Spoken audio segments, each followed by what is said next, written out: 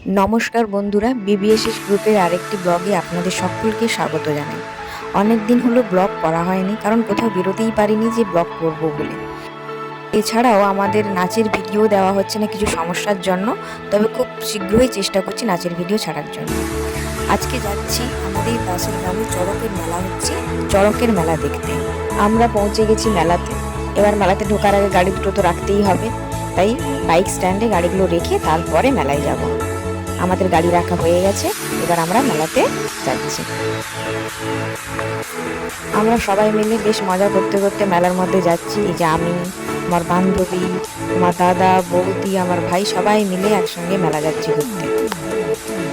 চলুন আমাদের সঙ্গে সঙ্গে আপনারাও একটু মেলা দেখে নিন।